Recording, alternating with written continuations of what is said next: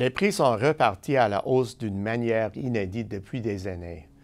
Ce genre de nouvelles est d'habitude accueilli partout par des cris de protestation. Après tout, l'inflation est l'un des deux éléments de l'indice d'appauvrissement, le Misery Index, et est généralement considérée comme un facteur économique négatif. L'inflation est absente depuis si longtemps que le terme est pratiquement disparu des conversations. Toutefois, son absence n'a apporté aucun réconfort et s'explique par la présence d'éléments peu favorables, demandes déprimées, problèmes structurels et incertitudes sur de multiples fronts. Si l'inflation est de retour, cela devrait-il nous réjouir, nous rassurer ou nous préoccuper? Pour le savoir, examinons l'histoire récente. En 2008, les prix ont monté en flèche, la demande poussant les limites de la capacité de production partout sur le globe et les inquiétudes se sont alors accrues. La récession a mis fin à cette flambée. Les prix à la consommation ont plongé dans le rouge aux États-Unis, au Canada et au Japon, tandis que l'Europe a échappé de peu à ce mouvement qui, au lieu de calmer les inquiétudes, les a amplifiées. La perplexité a alors fait place à la panique et la stabilisation des prix est devenue la grande priorité. Par chance, les immenses efforts déployés ont porté fruit. Les prix ont cessé d'augmenter et se sont maintenus dans la fourchette d'une faible croissance pendant environ 5 ans. Pourtant, nous étions encore insatisfaits car les prix reflétaient une demande obstinément léthargique. Et puis, il y a eu un second moment de panique à la mi-2014. Les prix ont glissé de nouveau et ravivé les craintes que même la croissance, alors poussive, s'essouffle. Les inquiétudes ont persisté pendant environ un an. Puis, vers la fin de 2015, les prix ont cessé de vaciller et ont grimpé, mais de façon plutôt modeste. Malgré tout, nous étions encore mécontents. Il semble que l'activité mondiale est de nouveau devenue dynamique à la mi-2016. Depuis, les prix dans la plupart des pays du monde développé se sont établis dans la fourchette cible et dans certains cas, ils l'ont dépassé pendant de brefs épisodes. Tout va donc pour le mieux? Pas exactement. La rapidité de la montée des prix fait craindre que la politique ultra-accommodante des 7 dernières années provoque une envolée des prix.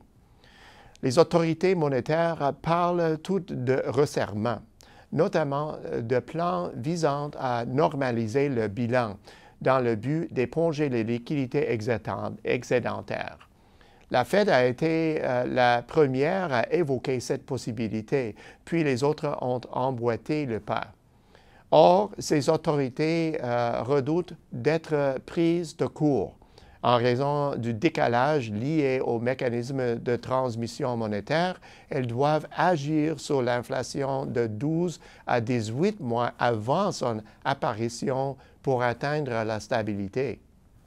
Sachant cela, les entreprises désirent savoir comment elles pourront se prémunir de coûts d'emprunt plus élevés.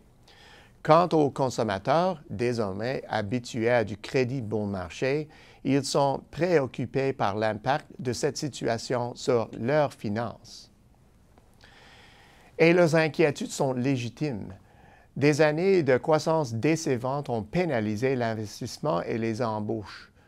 Désormais, l'élan de croissance exerce des pressions sur une capacité aujourd'hui soumise à une gestion serrée.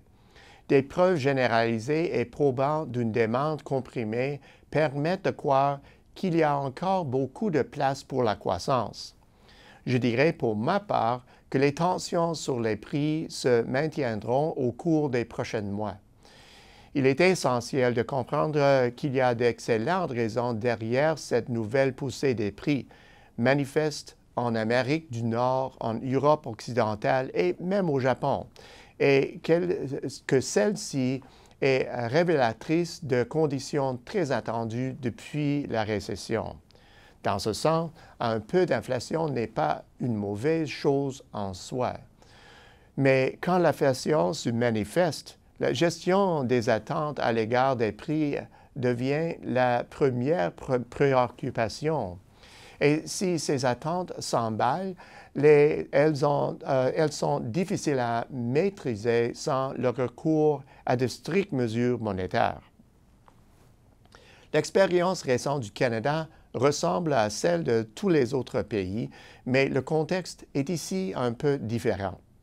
Alors qu'on observe ailleurs des bandes comprimées, le Canada affiche des fondamentaux intérieurs moins robustes. Les consommateurs canadiens doivent composer avec un endettement important et grandissant, ce qui les rend très sensibles à tout revêtement des taux d'intérêt. Le marché immobilier canadien est en situation de surchauffe et vulnérable au resserrement monétaire.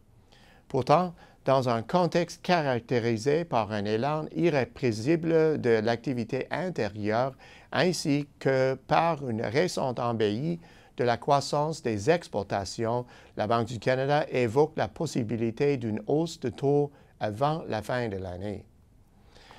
Le changement pose un défi de taille pour les autorités monétaires au Canada et ailleurs dans le monde. On accueille favorablement, mais non sans inquiétude, ce changement de régime, où les conditions de financement ultra-accommodantes étaient devenues la normalité. Il faudra prendre les mesures progressives pour éviter de perturber la croissance. Toutefois, choisir l'approche appropriée pour opérer ce resserrement ne sera pas une mince affaire. Chose certaine, il y a aujourd'hui moins d'incertitude quant à la nécessité du changement. Même les colombes, doves en anglais, autrement dit les partisans d'une gestion plus accommodante de la politique monétaire, croient qu'il faut privilégier une action rapide plutôt que lente. Au bout du compte, quand il est question des conditions de la demande, nos souhaits, semble-t-il, deviennent réalité. Pourtant, nous demeurons insatisfaits. Réaliser nos rêves se fait à un prix, et ces jours-ci, il semble changer rapidement. Accrochez-vous bien, car la balade promet d'être palpitante. À la semaine prochaine, c'est Peter Hall.